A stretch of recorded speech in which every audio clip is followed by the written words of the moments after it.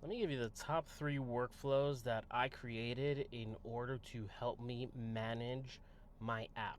All right, so the first one I have here is going to be the feedback submission and tracking. So when a tester submits feedback via the app, it gets recorded to the sheet.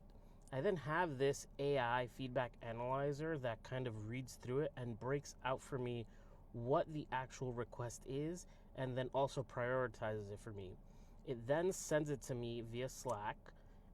Will then process the labels that it actually has, that this guy created for it, and will then create an issue in GitHub so that I have that issue open and know that what I have to take care of it.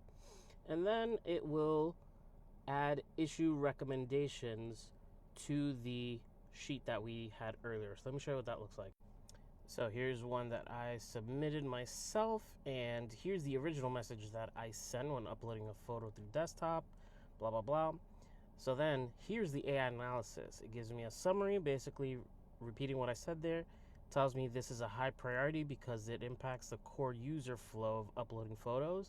And then it actually gives me suggested solutions because I told it what I am using from a tech stack perspective for this app. So it gives me a couple of suggestions here. It gives me like a quick win on what I can do to quickly kind of get this going. And then there it has the GitHub labels. Here's the issue data that it's going to send over to GitHub.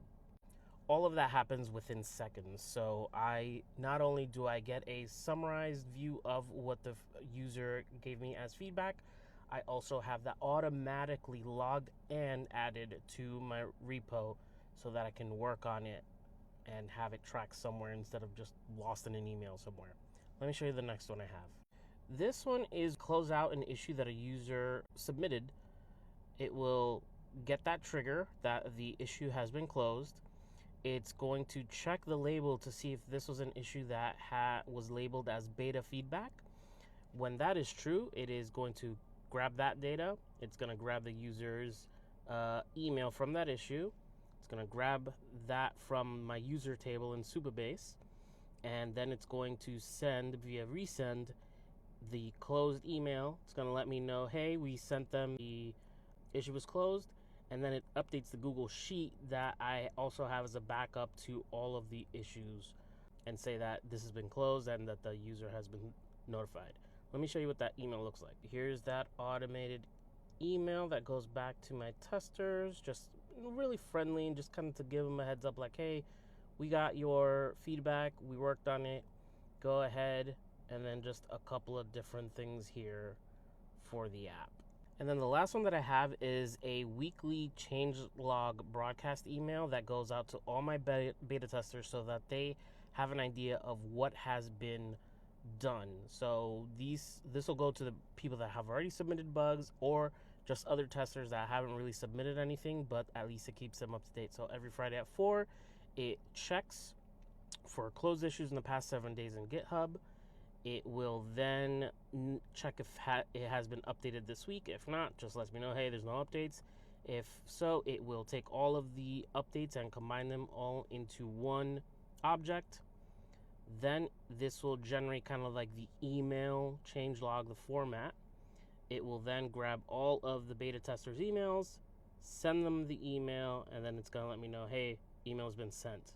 And here's what my testers get on their email every week.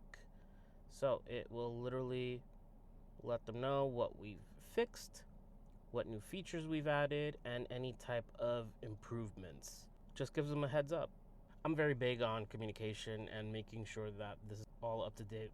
It's just mind-boggling to me that all of this normally, at least back when I was in corporate, this all normally takes a whole engineering / product team to kind of get all organized, like where the issues are going and tracked and grooming and, kind of scoping out which one you're going to work on next via priority.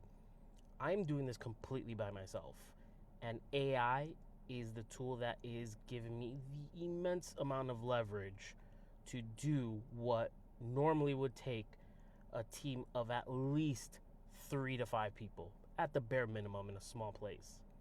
So this is just nuts to me that I can get this all done all by myself. If you have any questions on how I set this up, feel free to let me know in the comments, and follow my newsletter just in case you want to get some more of the behind the scenes of the app.